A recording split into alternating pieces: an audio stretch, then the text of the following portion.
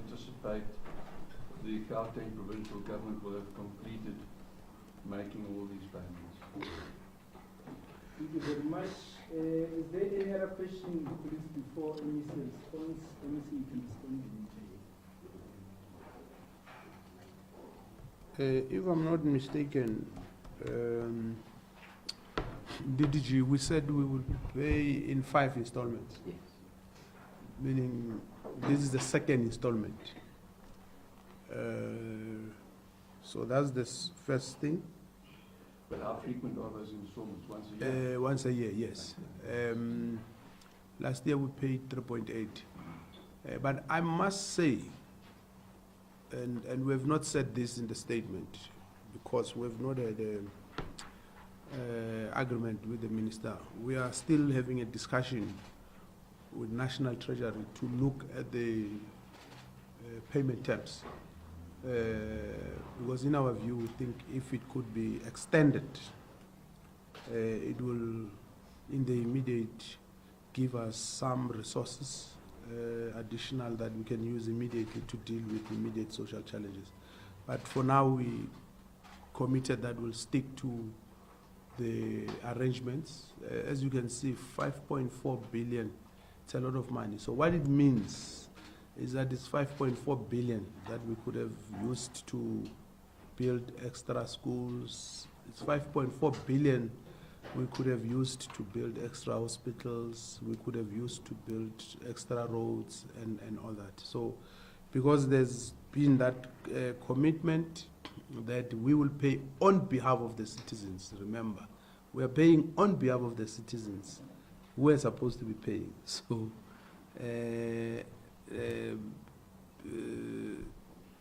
we're paying 5.4 billion and we could be using it for other things. So it's a lot of money for any province by any measure.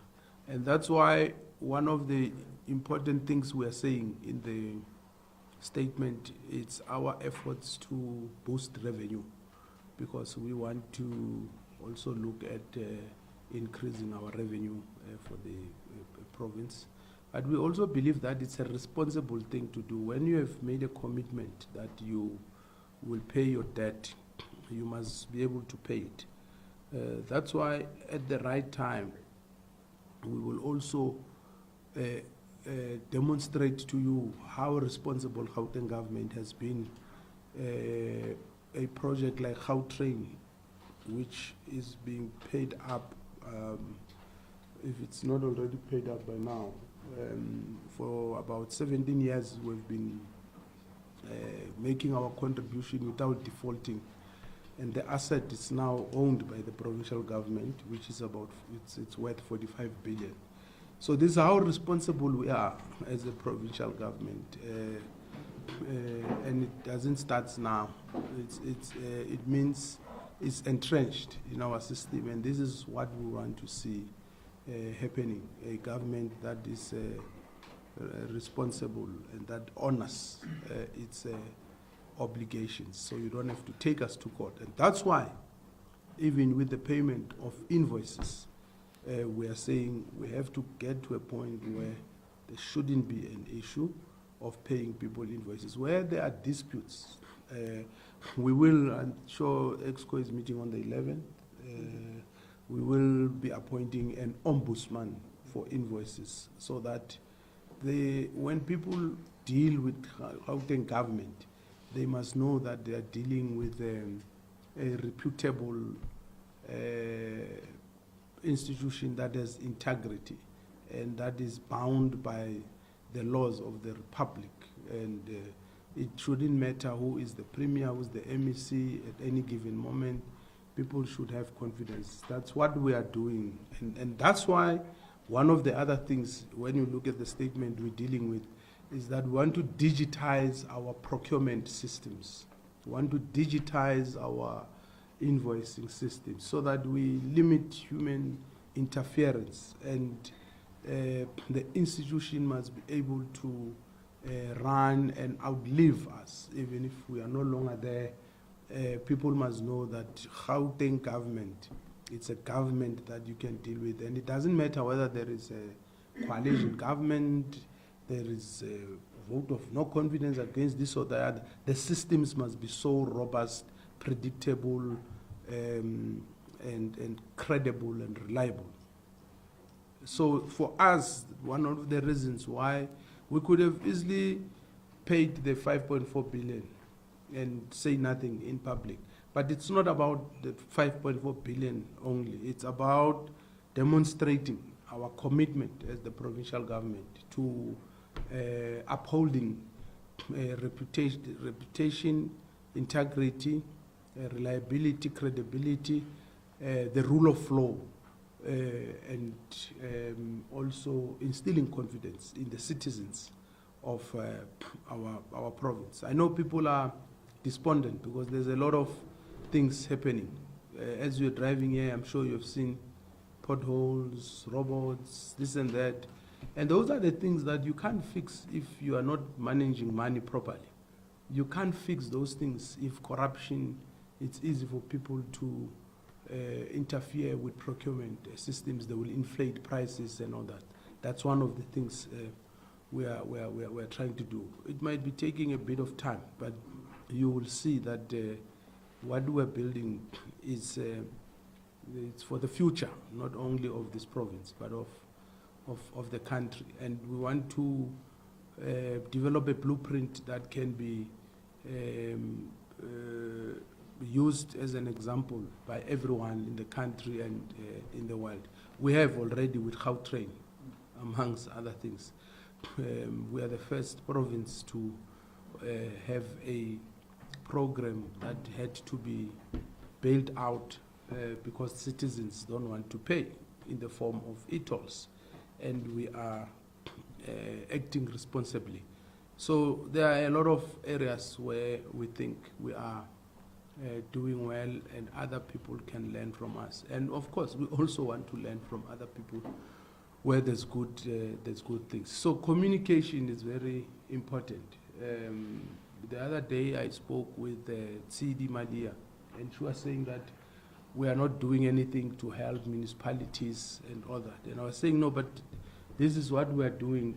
She says, but we don't know. And I said, perhaps we're not communicating effectively and all that. Sometimes we take things for granted. And that's why I was even saying to our communications team, we don't have to be having cameras. You should be sitting in your offices or in the comfort of your home.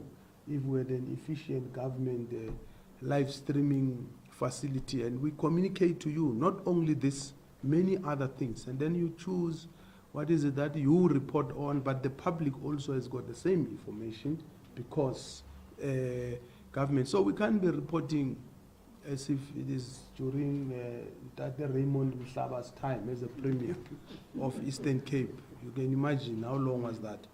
The government must be agile. Government must be accessible. You can't be looking for this statement all over, you know, that it should be clear. Everybody must know what is the agreement. That agreement we signed on e-tolls, it must be everywhere in government system. People must know what have we signed, because this is not our money. Why must it be a secret?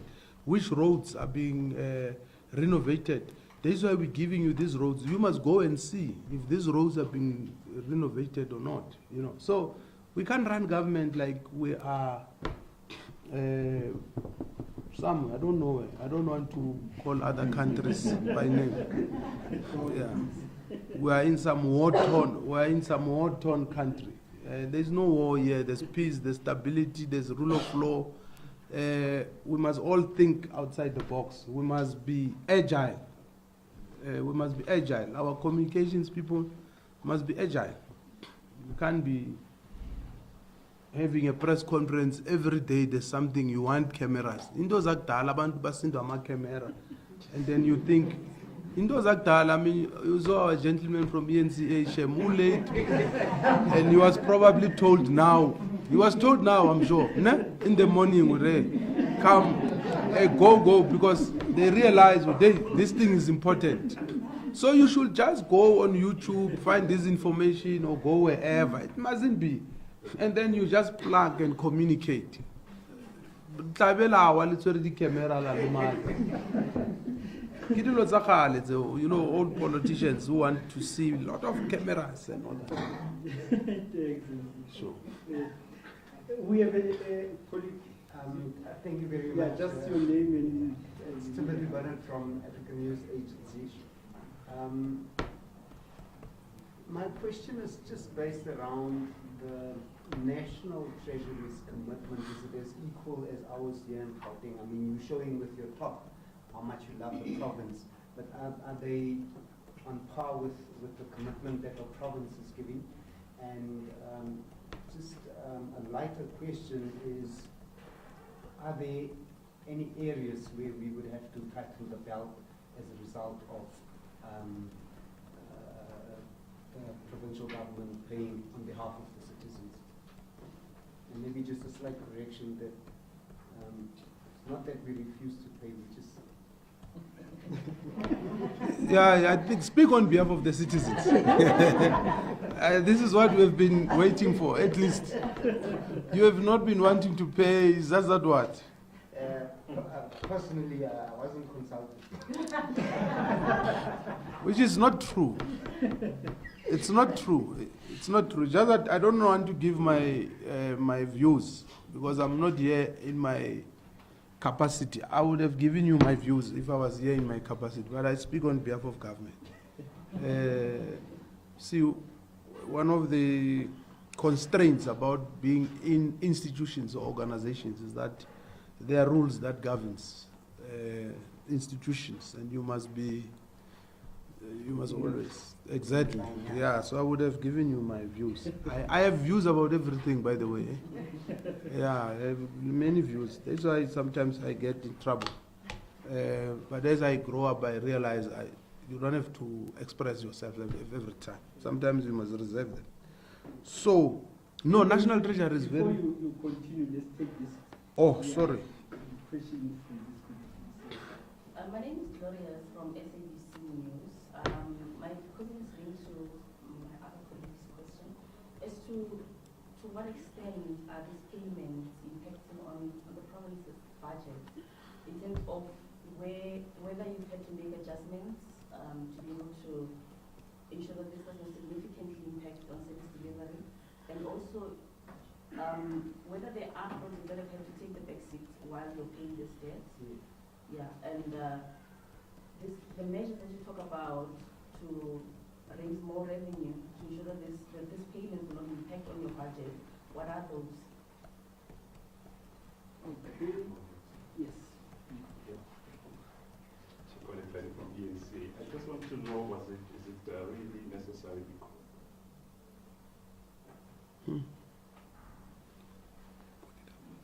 Yeah, sorry. The revenue part, yeah. So, sure. You can continue. Okay. From ENC. I just wanted to ask if was it really necessary for us to be here as the government to be paying so much money for the e-tolls, which was at the beginning was not meant to be implemented, because we know not everybody was in agreement to them. So are we really,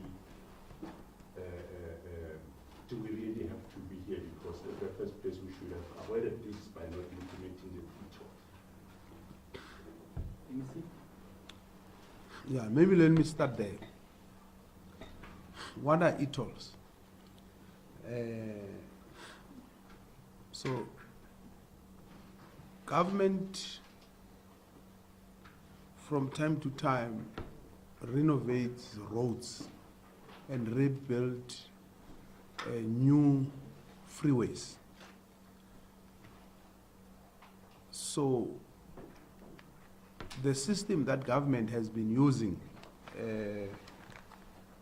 for the longest of time, and that's why when you travel from here to Polokwane, I think there's 3 or 4 toll gates. Yeah, 4 toll gates, and you pay. You never complain. Why? Because that money is used to renovate the roads. So what happens?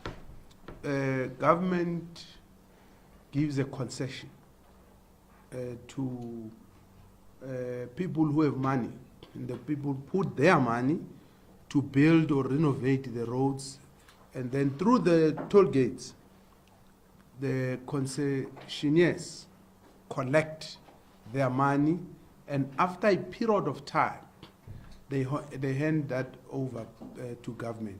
So there is no difference between e-tolls and all that. The only difference, the reason it's called e-toll is because it's an electronic tolling system. So what people were saying basically is that no, we don't want to pay through electronic system. That's what people were saying. So that's the first difference. The second difference is that that tolling, the reason it had to be electronic is because it's short distances. I mean, from here to the airport, from here to Midrand. So imagine if we had put toll gates when you move from here to Midrand and all that. That's all what it means. And as I'm saying, I don't want to give my views. No, but in principle, when you use something, you must pay for it. There's a user pay principle. So if you've got a car and you want to drive in a good road, you must pay for that road. People who don't have cars can't pay for the road. It's unfair. So there is nothing wrong in principle. And that's why I don't want to say, so when people said we are not going to pay, then government said, let's break the impasse, because there were people who were paying and there were people who were not paying.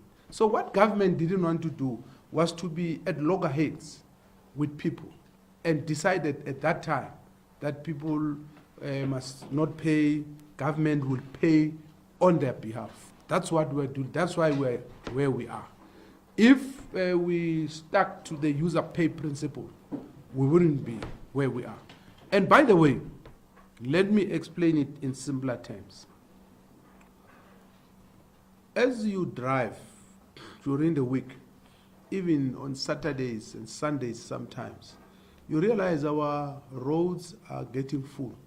Sometimes I'm shocked on a Saturday, there's a lot of cars and all that. You know why?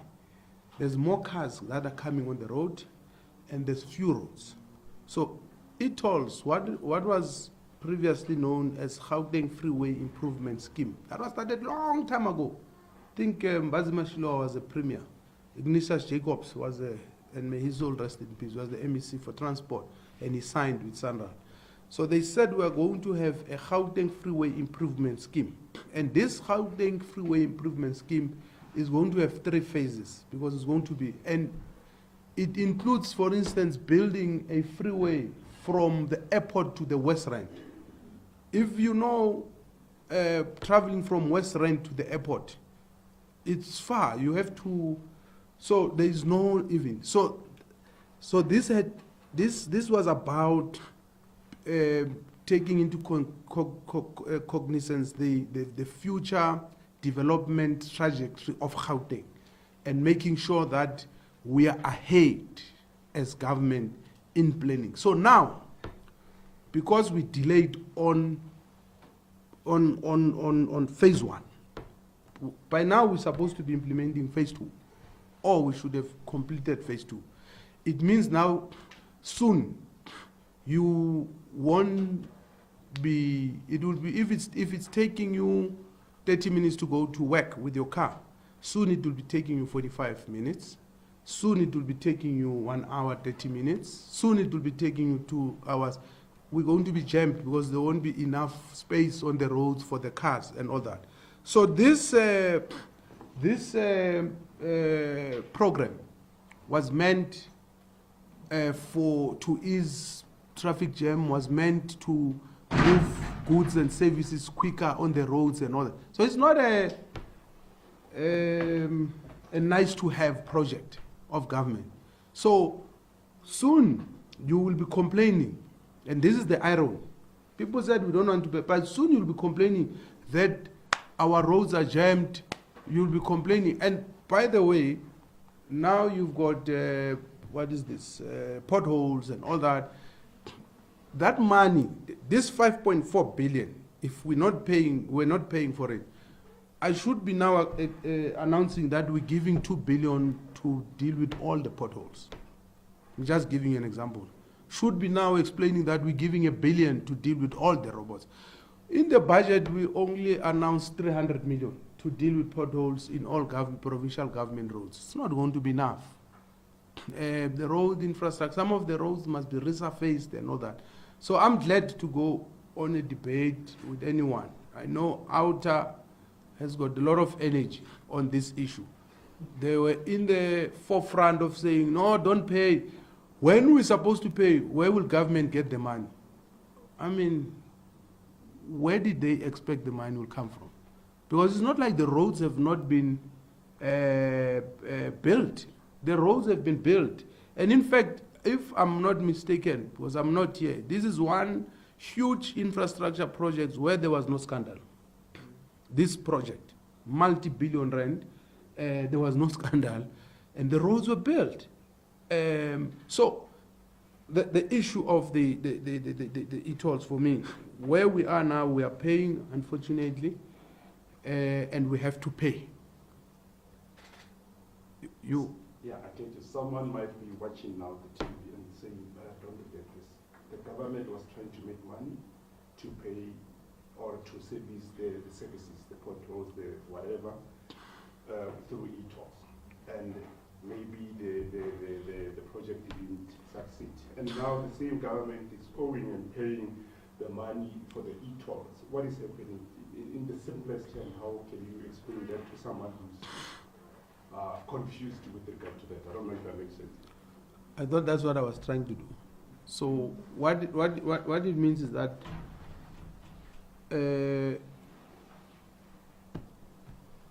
so I want to try and explain it in simpler terms. When government built freeways from here to Polokwane, from here to Bloemfontein, whatever, it puts toll gates. And people who are using the roads, they pay for that through paying in the toll gates. So that's what we call a user pay principle. And then that money is used to maintain the roads. So normally government does it through a concession because government doesn't have enough money. So what government does, they will go out and say, Lebogang, oh, Mrs. Mnyani, do you have the money? Then Mrs. Mnyani says, yes, I've got the money. I'll borrow you, or rather I'll build for you and you'll pay me over a period of time.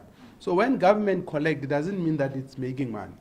But when that happens, what it means is that you are freeing other resources from government to do other things, whilst at the same time maintaining and paying the road. So I hope that, otherwise maybe Ejo you'll come in and explain in the simplest terms. Ausdorium, the repayment does have impact on the service delivery because it means we've got limited resources. For instance, I want to give you a simple example. We need about 200 schools in Gauteng. The money we have is for 18 schools. Yes. And if on average to build a school is 200 million, for 200 schools, it means we need what? Is it 20 billion or more? 200 billion? Something like that. So we can afford with what we have, that's called 18. So if this 5.4 billion or 20 billion, by the way, over a period of time, was available, it means we could increase the number of schools we can build. It means we could increase the number of clinics we could build. It means we could increase the quality of service. So it does, but you will not be able to say here or there and all that, because when you do government budgeting, everything is important. Everything is a competing priority. So at that given moment, depending on what is the issue and how severe it is, and of course, you've got plans that you put in place over a period of time. You've got a strategy that guides you, but there are other issues that emerge as and when. For instance, what do I mean? If there's an informal settlement that was to catch fire tomorrow, you have not planned for that. You don't plan for it. What you are planning for is for building houses. You are planning for buying land, planning for putting bulk infrastructure and all that. But when there's fire in informal settlements, you must have the money, you must get it somewhere and all that. So those are some of the difficulties about it. So it does put a strain in our fiscus, and that's why we are talking to national to help. The National Treasury is committed, like we are. That is why they're paying 70% of the debt. We are paying 30%.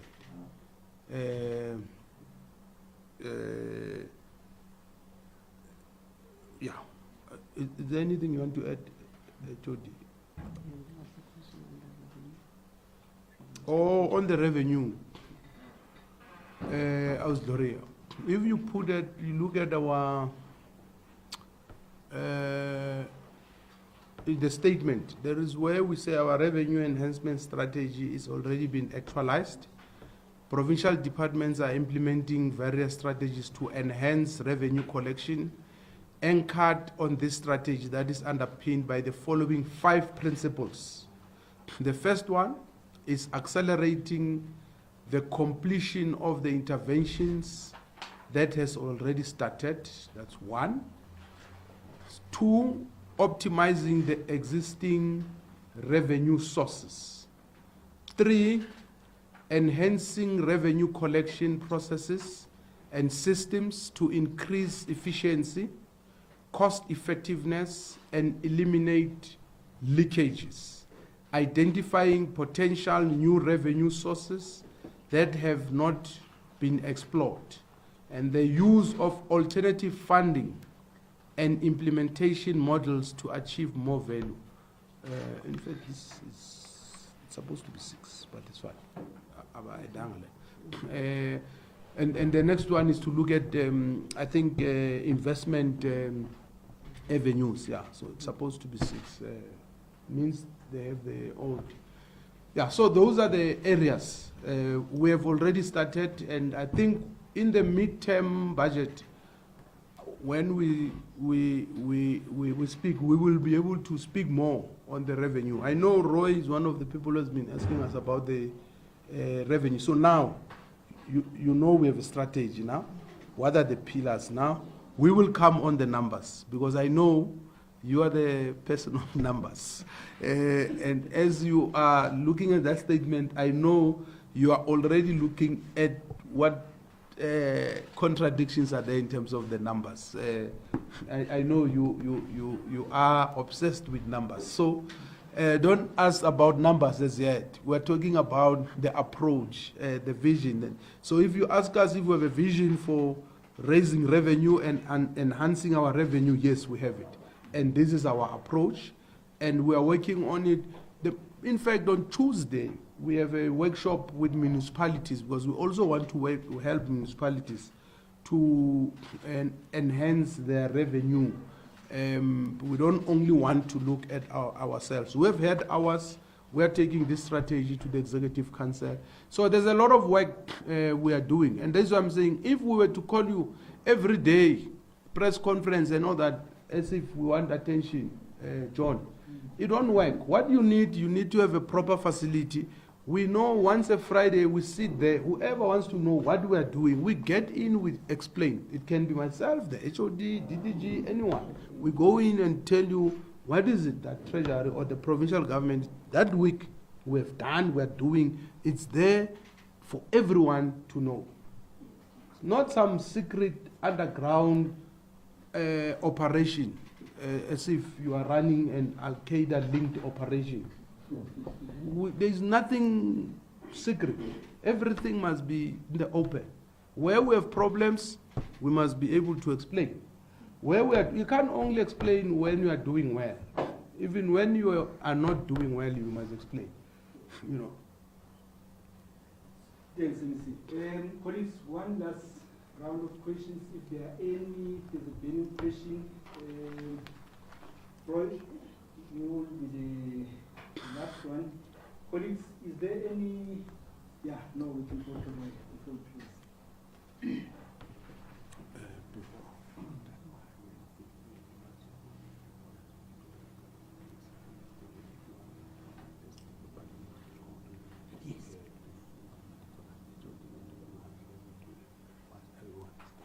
Sorry, Roy. No problem. With regard to the 9 projects, can you comment on any timelines about when those will commence and what the envisaged completion date is? I was not in the meeting. Do you want to comment on that? The HOD will comment. I think there was a meeting between us, the provincial government, Department of Transport, Roads, and Treasury and Sandra. So I was not part of that meeting. I wouldn't want to. Yeah. All right. So the estimated time of completion of all the 9 projects is 4 years. So each year, as you can see, that the amounts that we pay, they fluctuate, and the better part is the contribution per annum. So last year, 30th of September, we paid about 546 million because that's what was ready. So they are at different stages, but they are moving. Others, you know, the procurement process has started with Sunral, so it depends at the stage, but the amounts as we are making the tranches is the amounts that they need in each particular year. So it will take 4 years for them to completely exhaust the 9 projects, which will amount to about 4.1 billion. Thanks. Okay, thank you very much, colleagues. That was the last question. Let me see, I don't know if you want to add before. No. No, thank you very much, colleagues. This is where we close it for today. Thank you very much for attending the briefing. Once again, thank you very much, MEC, for your time, the DDG, and the issue. Thank you. The refreshments are on this side. You know, John.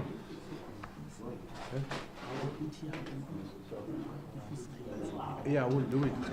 No, the ENCA want us, so don't move. They want us to read. We'll read the statement for them. We will read it for you, it's fine.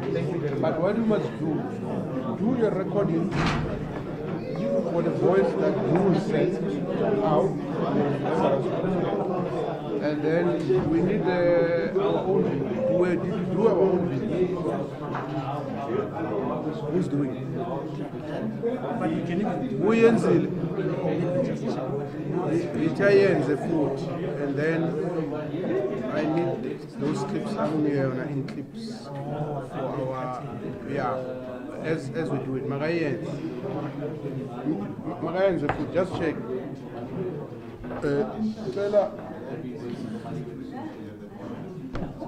You are not going to ask us. So Tsidi told me you were not happy with something, but she didn't tell me. No, that was Tabiso. Oh, it was Tabiso. What was Tabiso not happy with? I didn't understand what was going on. Oh, no, that thing was sophistication. It was above. No, I think Liana didn't do the research. No, it's Mero. Yeah. So that thing is not done anywhere in the world.